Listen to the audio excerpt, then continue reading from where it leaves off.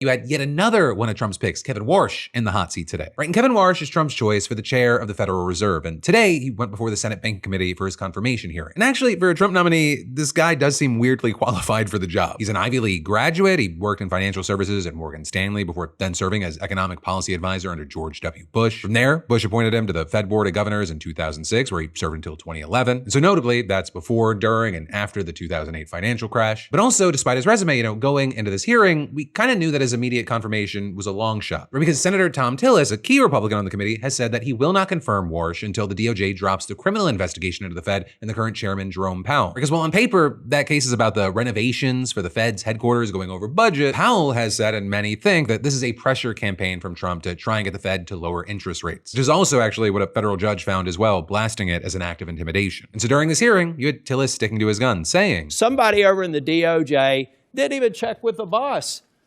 The boss said on the same night that I said I can't go forward until this bogus investigation is done with, said he didn't know anything about it. We have got to end this investigation. Big DOJ didn't know about it. The president didn't know about it. Let's get rid of this investigation so I can support your confirmation. Now with that, Trump was asked this morning whether he'd drop the investigation into Powell in order to get Warsh confirmed, and it resulted in a kind of a rambling rant. They ripped down the most beautiful ceilings. They'll never build them again. The most beautiful, thick, 1.5 foot thick walls of solid masonry. They're never going to be built again. They put up 6-inch sheetrock walls, and they say, sir, we have no insulation. It's not in the budget. I would have fixed that building. Beautiful.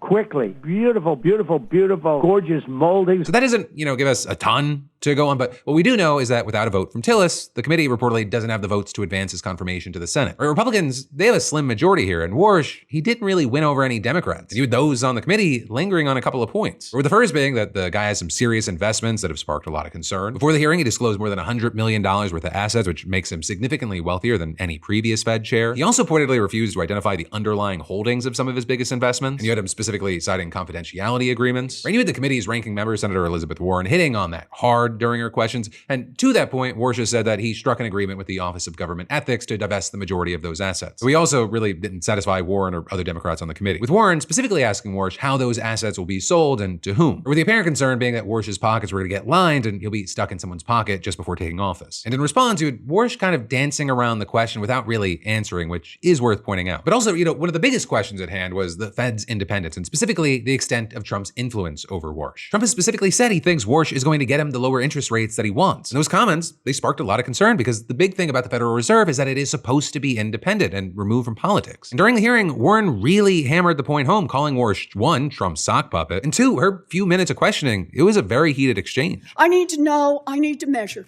your independence and your courage. So let me ask you another question. Out of monetary policy. In our meeting, you said you would be independent because you're, quote, a tough guy. Those were your words, tough guy. And you will be able to stand up to President Trump. So let's try it again. Name one aspect of President Trump's economic agenda with which you disagree. Well, Senator, the Federal Reserve in recent years has wandered outside of its remit, wandered into other areas. I'm asking for something That's you not something I'm disagree with prepared to do. Donald Trump on. We need a Fed chair who is independent. That's the only way we preserve the independence of the Federal Reserve.